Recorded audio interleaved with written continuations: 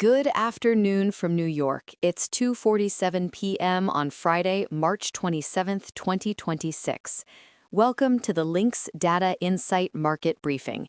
This analysis is AI generated by Lynx Data Insight and is for informational purposes only, does not constitute financial advice.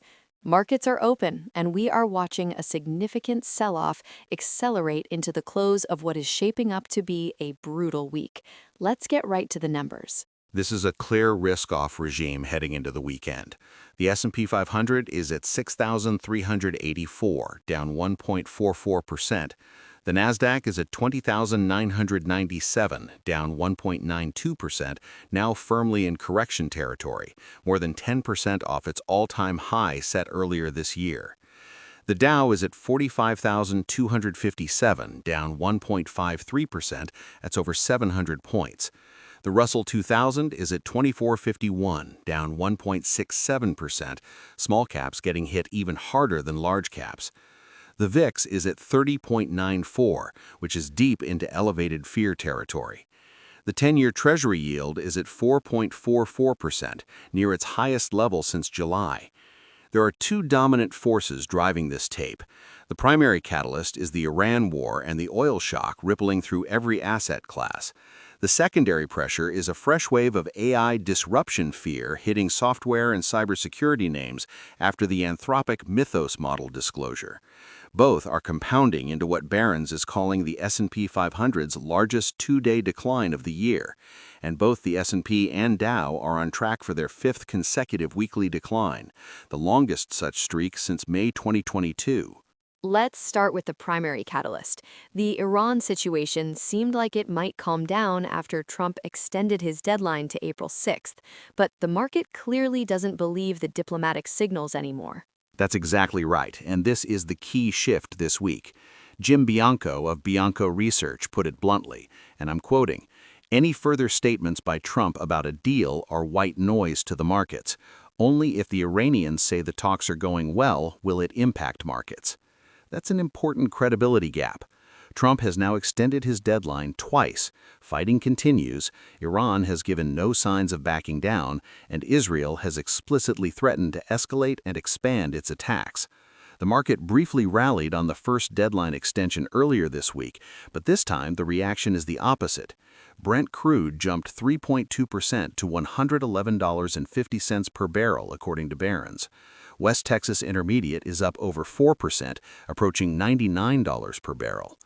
To contextualize the move, Brent was roughly $70 before the war began. That's a 60% increase in the price of the world's most important commodity, and it's feeding directly into the real economy. According to AAA, gasoline is now averaging $3.97 a gallon nationwide, up 33% from just 1 month ago. The fear, and this is the tail risk that Macquarie has flagged, is that if this war continues through the end of June, with the Strait of Hormuz still disrupted, oil could reach $200 per barrel. That would be a record. And the secondary pressure you mentioned, the Anthropic news hitting tech, that seems like it's layering another source of pain on top of the geopolitical stress. It is, and the timing could not be worse. Fortune reported that Anthropic is testing a new Claude model called Mythos, which is reportedly its most powerful yet with advanced cyber capabilities. The market reaction was immediate and severe. The iShares Cybersecurity ETF dropped 3%. CrowdStrike and Palo Alto Networks each fell 7%. Zscaler and SentinelOne tumbled over 8%. Tenable plummeted nearly 11%. This isn't a one-off reaction. It's a pattern that's been building all year. Traders sell software and cybersecurity names first and ask questions later whenever an AI model advancement is announced, because the fear is that these models will eventually displace incumbent enterprise software. According to CNBC, the broader S&P 500 software index is down 22% year-to-date. So you have the oil shock compressing consumer spending power and raising input costs, while AI disruption fears are simultaneously compressing multiples on the growth side of the market. It's a multi-factor volatility event. Let's connect this across asset classes. We've got oil surging, equities falling, yields rising. What's the bond market telling us? The bond market is telling us something structurally significant. The 10-year yield hit 4.48% intraday before settling at 4.44. That's well above the 3.97 level before the war began. According to Yahoo Finance, the 2-year yield climbed to 4% on Friday, and Bank of America economist Aditya Bhav made an important observation. The 2-year yield is diverging from oil prices. Over the past 10 days since the Fed's meeting, West Texas Intermediate futures are actually flat, down less than 1%, but short-term rates keep climbing. Bob's conclusion is that markets are now anticipating a more hawkish Fed reaction function and possibly a broader commodity shock. That's a critical insight. The bond market isn't just pricing oil, it's pricing a Fed that may need to respond to the second-order inflation effects that oil creates. Here's the causal chain. The Iran conflict pushes Brent above $111 per barrel, which drives gasoline to nearly $4 a gallon, which flows into transportation costs for every physical good in the economy, which pushes headline inflation higher, which forces the 10-year yield to 4.44%, which sends mortgage rates higher and tightens financial conditions even before the Fed acts. As CBC reported, this yield rise has already sent rates jumping for mortgages and other loans, slowing the economy. Gold, interestingly, closed down 2.79% on Thursday at $4,379. That's a notable correlation break, gold falling during a geopolitical crisis. The explanation is that rising real yields are creating an opportunity cost for holding gold, and margin calls from the equity sell-off are forcing liquidation across asset classes, including safe havens. So, what does this mean for the Fed? Because if the market is starting to price in rate hikes, that's a dramatic shift from where we were even a few months ago. It is a dramatic shift, and we need to be precise about what the data actually supports. According to Yahoo Finance, Horizon's Mike Dixon wrote that after months of expecting the Federal Reserve to cut rates this year, investors have returned to a familiar refrain: higher for longer. Fed Chair Powell's comments after the March meeting were hawkish, and Fed Governor Waller explicitly expressed concern about the oil spike in a March 20th interview. Now, the critical distinction here is between headline inflation driven by energy and core inflation, which is what the Fed actually targets. Historically, the Fed looks through temporary energy shocks unless they feed into core prices or unless inflation expectations become unanchored. A pure supply-driven oil spike, even a large one, doesn't automatically trigger rate hikes, but the transmission mechanism is becoming more credible. Gasoline at nearly $4 a gallon hits consumers directly. Transportation costs flow into food prices and goods prices. If businesses begin raising prices broadly to pass through energy costs, that contaminates core inflation. And the 2-year yield climbing to 4% while oil futures are flat tells you the market believes the Fed's reaction function has shifted. My read is that rate cuts are definitively off the table for 2026. What was a rate cut narrative 2 months ago has now shifted firmly to prolonged holds, with an increasing probability, though not yet the base case, that the next move could be a hike if oil stays above $100 per barrel through the summer and core inflation starts to accelerate. The Warsh nomination drama adds another layer of uncertainty. Powell has said he'll stay as chair pro tem, but the political pressure on the Fed is extraordinary right now. So, who are the clear winners and losers from today? Let me break this into cyclical and structural layers. Cyclical winners. Energy producers, obviously. ExxonMobil is up 2.89% today. Halliburton up 3.18%. WTI crude futures were the day's biggest mover, up over 6%. Oil services companies benefit from elevated prices and the expectation that producers will ramp activity. Structural winners, utilities, particularly those tied to AI data center power demand. Entergy is up 3.4% after announcing a revised Meta data center deal. The sector scorecard shows 100% of energy stocks above their 50-day moving average and 77% of utility stocks above theirs. Nuclear power names are also benefiting structurally from the Strait of Hormuz disruption, highlighting the fragility of fossil fuel supply chains. Consumer defensive names like Campbell's, up 4%, are catching a bid as investors rotate into staples. Cyclical losers, consumer cyclical stocks with direct oil sensitivity are getting crushed. Norwegian Cruise Line is down 5.4%, Airbnb is down 4.85%, Starbucks down 4.57%. Cruise lines are acutely exposed because Carnival has no fuel hedging program, and Bank of America estimated that higher fuel prices could reduce Carnival's EBITDA by approximately $650 million. Structural losers, software and cybersecurity companies are facing a multi-quarter headwind from AI disruption fears that existed before the war and are intensifying.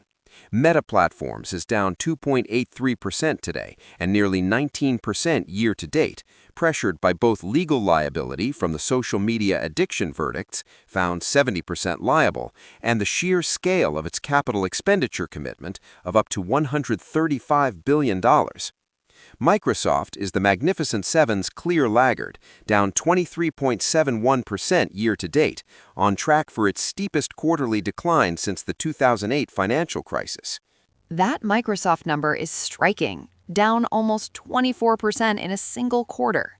It is, and it reflects both the AI CapEx anxiety, their capital expenditures are expected to hit $146 billion this fiscal year, up 66%, and the concern that enterprises could bypass Microsoft and go directly to pure-play AI vendors like OpenAI or Anthropic. The stock is now trading below 20 times forward earnings for the first time since 2016. Whether that represents a generational buying opportunity or a justified repricing depends entirely on whether Azure and Copilot can convert that infrastructure spending into durable revenue acceleration. What's the risk case investors should stress test here?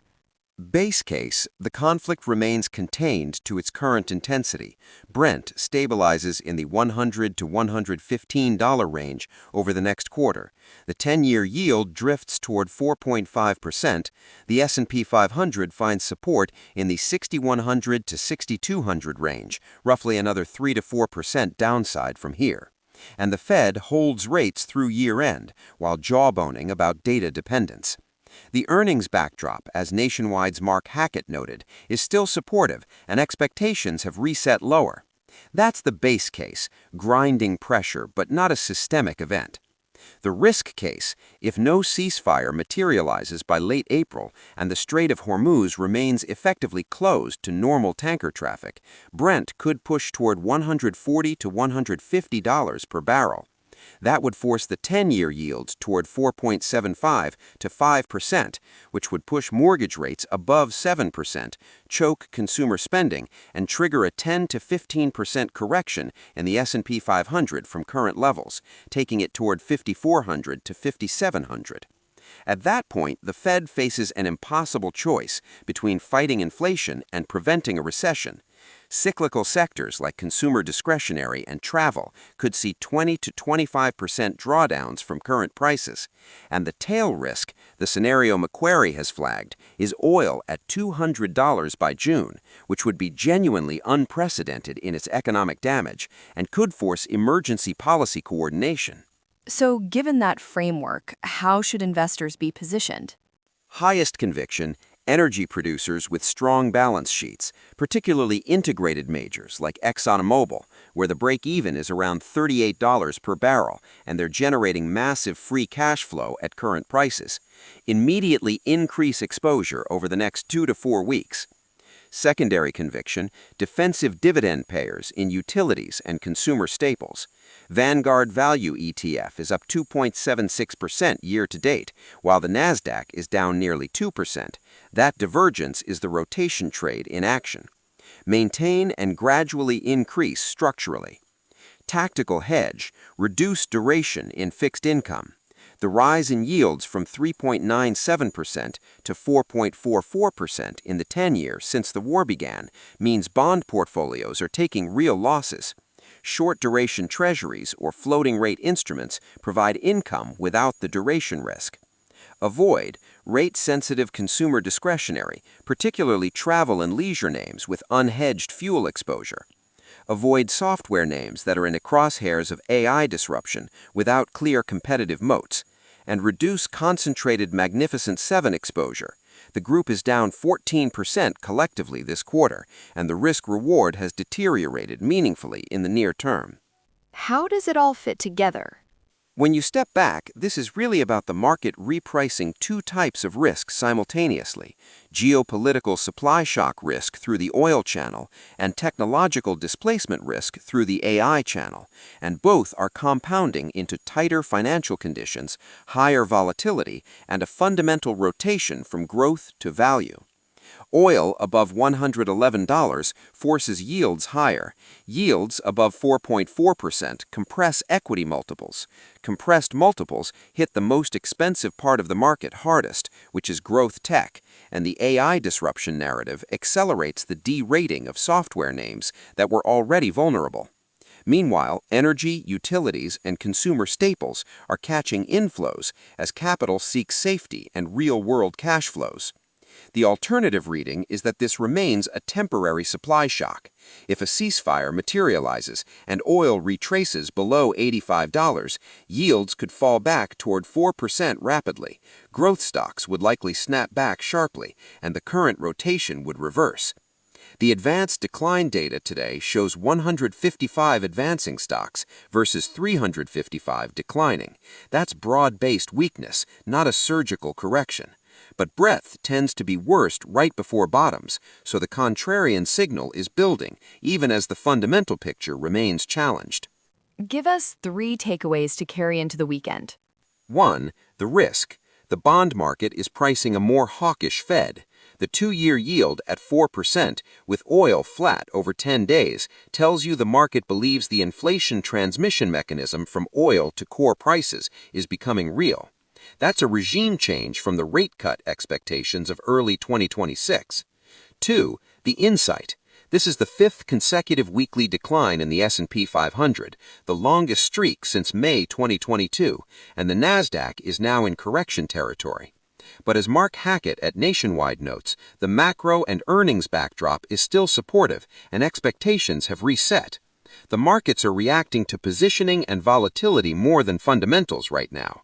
That gap between price action and fundamentals is where opportunities eventually emerge. 3. The positioning idea. Energy and utilities are the only 2 sectors with the majority of their stocks above both the 50-day and 200-day moving averages. Own what the market is rewarding, reduce what it's punishing, and maintain dry powder, because if a ceasefire materializes, the snapback in beaten-down growth names could be violent. Thank you for listening. This is Lynx Data Insight, and we will be back tomorrow with your next market briefing.